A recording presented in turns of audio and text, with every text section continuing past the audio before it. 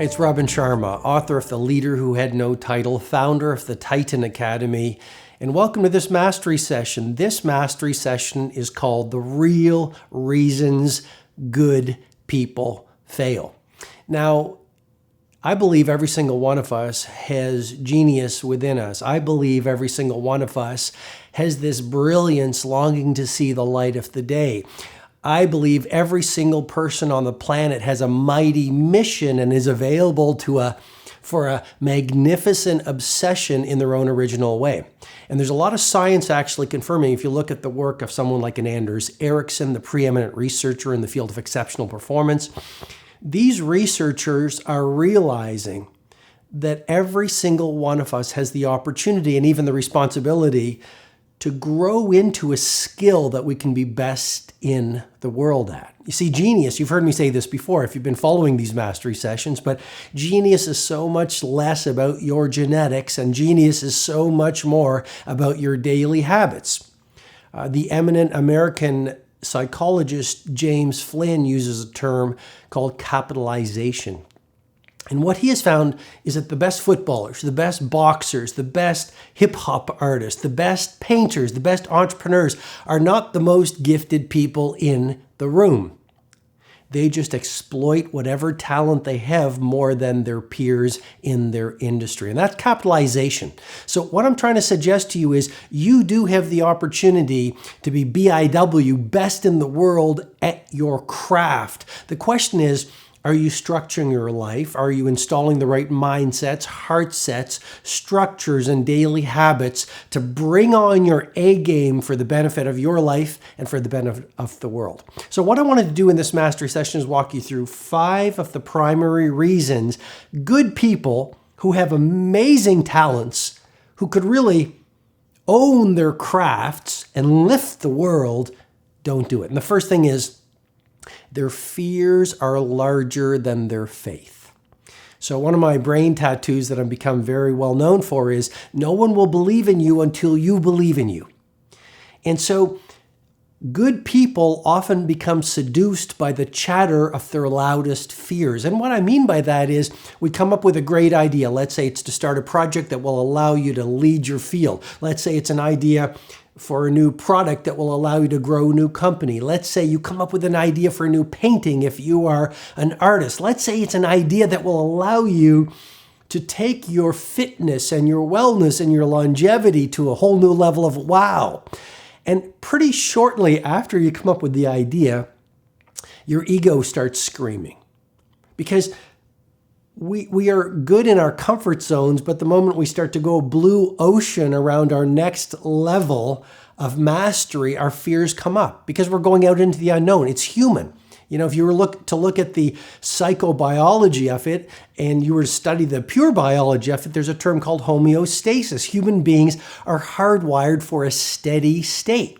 And that kept us alive. So literally our heart beats around the same amount, the 72 beats per minute, and our blood pressure is within a small bandwidth, and that allows us to survive. But what happens is when we come up with a new idea and when we see a new opportunity and we start to leave our comfort zones into the zone of the unknown where greatness lives, we get scared.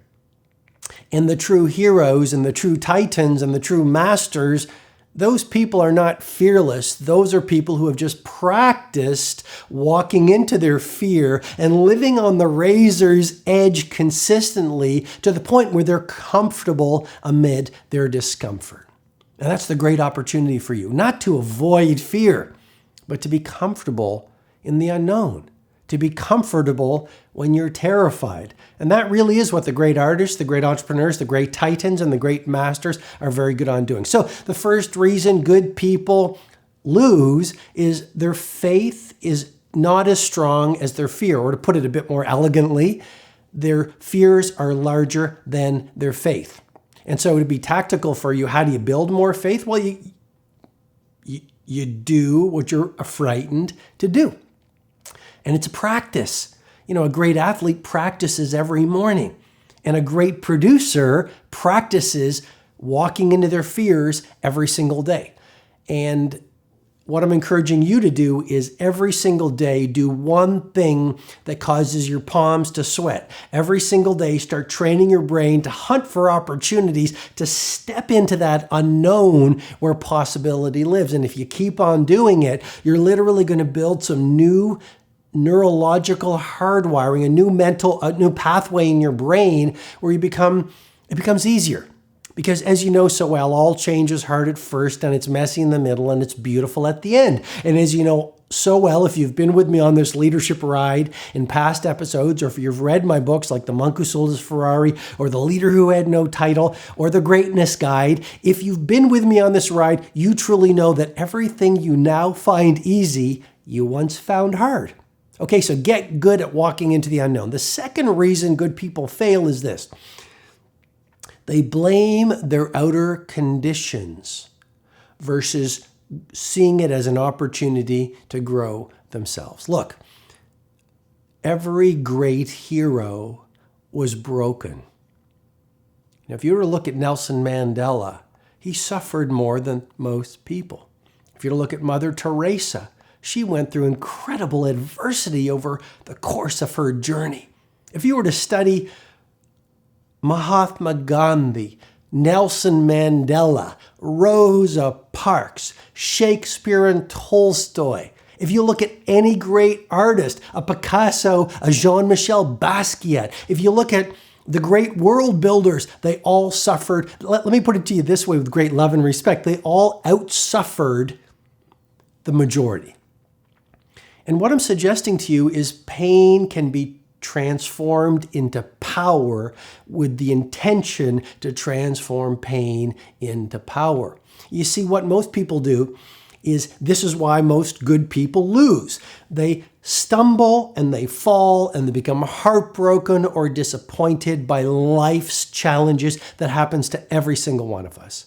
I mean, just to be very authentic, as I always want to be in these Mastery Sessions episodes, I've gone through a lot of hardship in my life. When I was, going through school, very few people believed in me, and I was dismissed and called very, very average. And the principal at the school I was at said, "You're not even going to get into university." And you might know my backstory on The Monk Who Sold His Ferrari, but that was a self-published book. And I was at the American Booksellers Conference in Chicago with a cover of one of my books around my neck, shaking hands with all the agents that were coming up the escalator.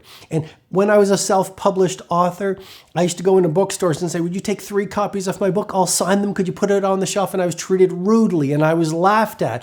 And I was on radio shows and I was ridiculed. And then I've gone through a lot of personal pain in my own life. And I've been on the top of the mountain of victory. And I must tell you, I have walked the lonely path in the darkness, in the valley of darkness. But Rumi, the great philosopher, said it so beautifully. He said, "Allow your heart to be broken over and over and over until it opens." And what I'm suggesting to you is really to dial into this insight. All great heroes have been broken. But rather than blaming 27 years in imprisonment in the case of Nelson Mandela, rather than blaming his naysayers and his detractors in the case of Mahatma Gandhi, rather than saying life is hard, why isn't greatness easy in the case of a Mother Teresa or Martin Luther King Jr., rather than saying, "Why did this happen to me?" in the case of Rosa Parks, who refused to give up her seat to someone on a bus because she was being treated like a second-class citizen because of the color of her skin. These great ones all had one thing in common. They leveraged their pain into power. They turned their tragedies into victories. And I'm not going to suggest to you that that's an easy process, but if you simply start asking yourself, where am I blaming my current external conditions for my lack of prosperity, my lack of energy, my lack of mastery, my lack of joyfulness and soulfulness?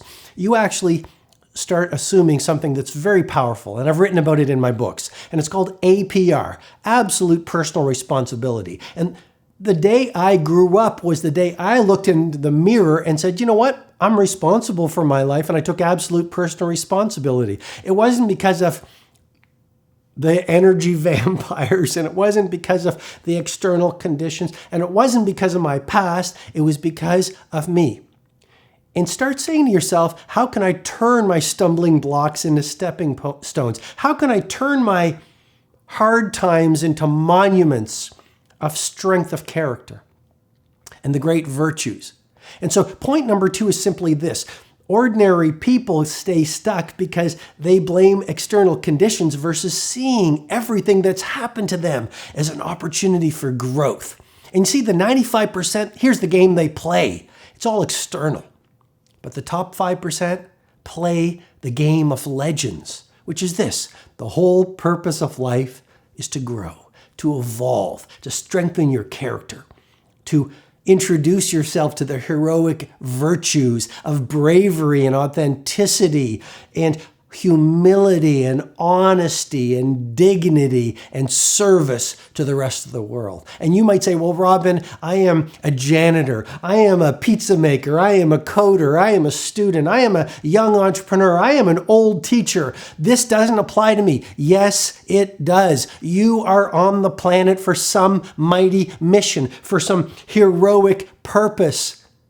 And please don't be seduced by your ego to say, well, I'm just a teacher, I'm just a firefighter, I'm just an entrepreneur, I'm just a manager at a Fortune 500 company. I'm not Nelson Mandela, I'm not Edison, I'm not Beckham, I'm not Federer, I'm not Kanye, I'm not Jay-Z, I'm not Lady Gaga, I'm not Jean-Michel Basquiat. Be great in your own original way. Measure mastery not by what society says you should do, but by how you're living your day, how you're conducting your life, by your integrity, by the quality of your craft, by your service to your family and your marketplace. Third reason good people lose or fail is they become distracted versus being disruptors. So if you've seen previous mastery sessions, you know I've talked about productivity and exponential performance, and you've heard my term, which is most people in the world today are suffering from broken focus syndrome. Most leaders and producers and performers and creatives on the planet today are addicted to distraction, which is destroying their masterful production. And so if you want to leap from the majority, the 95%, and you know my brain tattoo, to have the results only 5% of the population have, you've got to be willing to do what 95% of the population are unwilling to do. And so if you look at most people, they are literally listening to their music when they should be working. They are literally checking their phones. And it has become a literal addiction. And they can't stop checking for the notification or the social media feed. And so they're spending the best hours of their finest days pursuing these shiny toys that at the end of their lives will amount to trivialities. And so you have what I call, and what I teach at the Titan Summit and my 2-day event for Personal Mastery Academy. And I've become very well known for these 2 events, which I've been running for the past many years. But literally, your gargantuan competitive advantage is to shift from what the majority are doing, where they're caught up in distraction and interruption and spending their days doing busy things versus creating. You can go to the top 5% by simply stripping out the distraction and living your days in what I call, and I also teach at my live events, called it's a method, and it's called the tight bubble of total focus. So literally, you strip away the distraction, you strip away the interruptions, and you start building these tight bubbles of total focus, which allow you to get monomaniacally concentrated on the few things that count. So literally, the third reason that good people lose or fail is they're distracted versus being monomaniacally focused on the few pursuits that would allow them to change the world. And if you look at Edison and Steve Jobs and Steve Wozniak, who was at the Titan Summit, in a past Titan Summit that we ran in Zurich, these people all have laboratories. These people all understand that one of the essences of genius is solitude. You've got to be willing and brave enough to spend a lot of time alone to do work that wows the world and disrupts your field. Number 4, the fourth reason good people lose is simply this: they have low confidence. I mean, the more I think about it, that word confidence is a needle mover. Because if you look at the great business builders, if you look at an Elon Musk, if you look at a Jeff Bezos, if you look at a Phil Knight, if you look at a Warren Buffett, I recently watched a great documentary called Becoming Warren Buffett. All of these great masters had one thing in common, and it sounds very obvious, but it's acutely high levels of personal confidence. And so literally, they came up with an idea for the iPhone. They came up with an idea for the incandescent light bulb. They came up with an idea for Amazon. They came up with an idea for Tesla, an electric car. They came up with an idea for SpaceX. They came up with an idea for a polio vaccination in the case of Jonas Salk. They came up with an idea to paint the Sistine Chapel ceiling so that it was one of the most beautiful acts of artistry in the history of humanity in the case of Michelangelo. And everyone laughed at them, and they faced the naysayers, and they hit the walls. But because of the confidence they had built, maybe it was through reading, maybe it was because of a mentor who believed in them, maybe it was because of meditation, maybe it was because of such a ferocious mission that they would take a bullet for it, they kept on going. And you know, I've mentioned the work in the past, Angela Duckworth at University of Pennsylvania. She's found that the most successful people are not the smartest in the room, but they have the most grit, which is simply persistence, which is simply a form of confidence. And then the fifth and final reason that good people lose is simply this: they didn't stay in the game long enough.